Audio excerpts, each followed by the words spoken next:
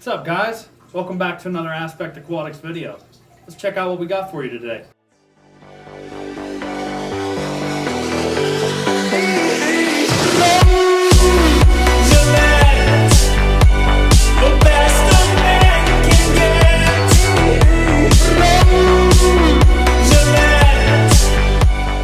Today we're going to be doing an update on the tank. I got some new camera equipment that we're going to be using to film this video.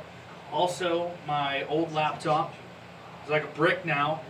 Won't even load up the editing software that I was going to be using to make all my videos, so I went and got a new one. So we're going to use that to edit. This is kind of a testing video to kind of get used to the equipment and everything. Take a look at the tank. I got a bunch of new corals in here. I plan on getting some Hannah checkers to do some review videos on. And then also I'm going to be showing how to dose calcium and alkalinity with Bionix 2-part system.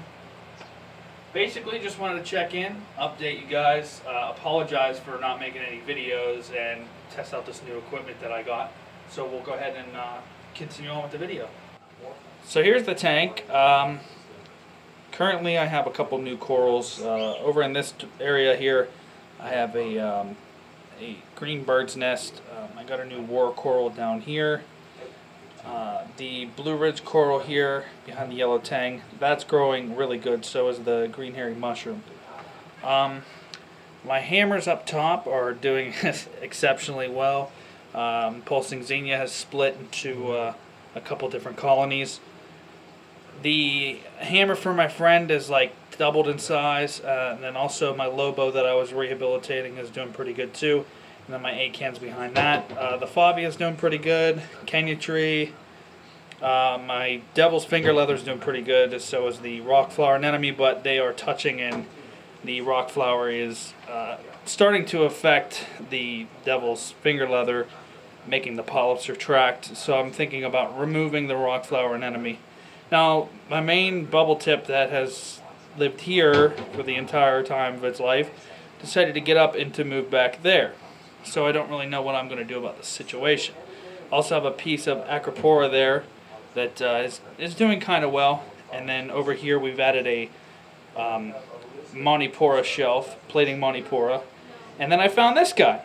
So this guy here, this is a crimson red bubble tip anemone.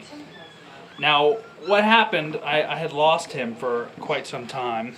And I ended up finding him down inside of there, all the way in the back, down where the overflows come down and deposit into the sump.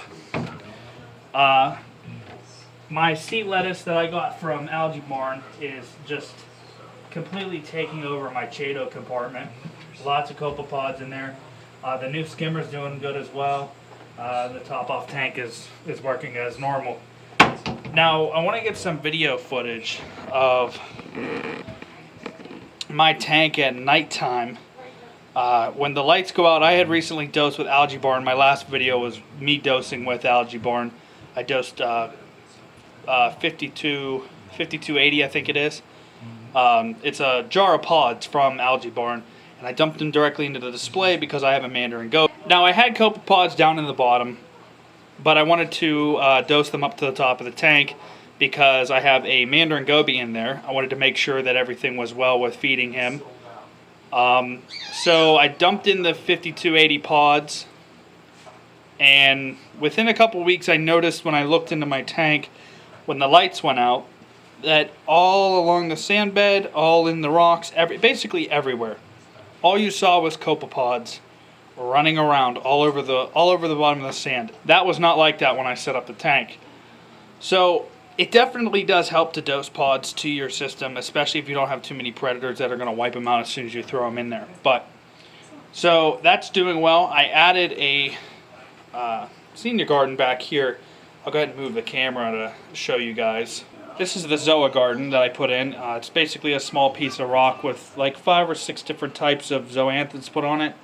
And you can see the skunk cleaner shrimp that's on top of there now.